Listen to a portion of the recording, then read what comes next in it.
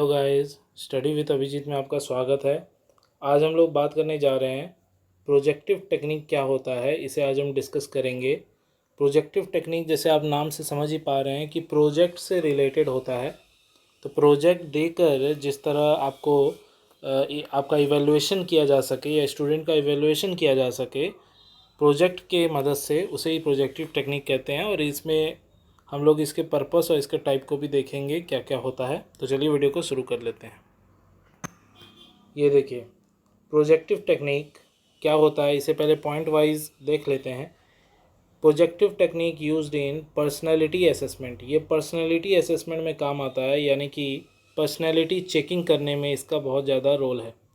Use to collect data which can not be collected directly from the individual, ये कहीं ना कहीं वो डाटा हमें प्रोवाइड कर देता है जो डाटा हम लोग डायरेक्टली स्टूडेंट से या इंडिविजुअल से हम लोग प्राप्त नहीं कर सकते हैं।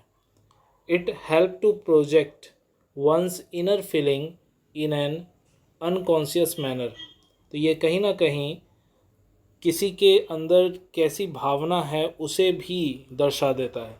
It is what are sometimes called an indirect method, तो इसे इनडायरेक्ट मेथड भी कहते हैं।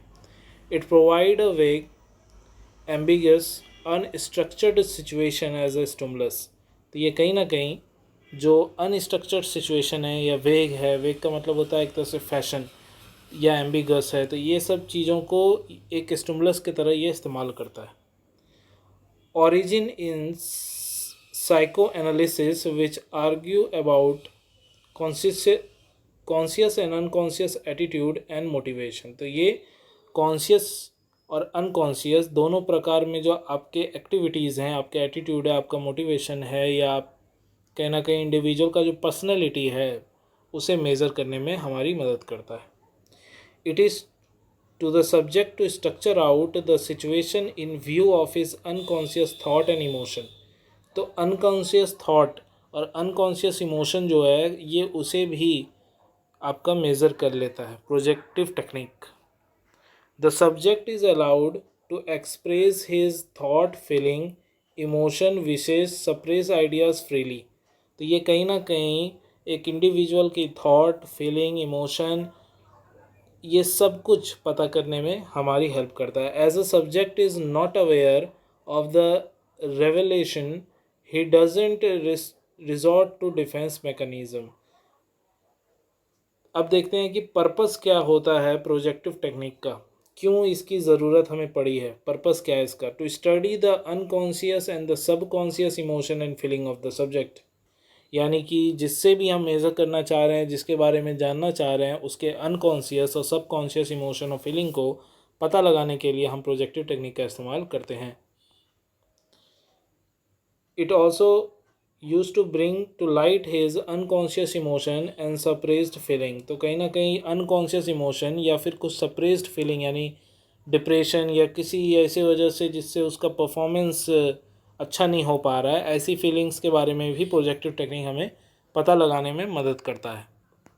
इसके टाइप क्या है, टाइप और प्रोजेक्टिव टेक्निक क्या है, तो देखिए पिक्चोरियल, वर्बल और एक्सप्रेसिव, यानी पिक्चर दिखाकर भी इसे मेज़र किया जा सकता है, वर्बल कम्युनिकेशन के थ्रू या फिर एक्सप्रेशन के थ्रू, या एक्सप्रेसिव किस प्रकार एक्सप्रेशन है उसके बिहाफ पे भी हम इसे जज कर सकते हैं। तो ये प्रोजेक्टिव टेक्निक के टाइप्स हैं और इसके इम्पोर्टेंस क्या है। तो नो थ्योरेटिकल बेस, कोई भी थ्योरेटिकल बेस इसका नहीं है।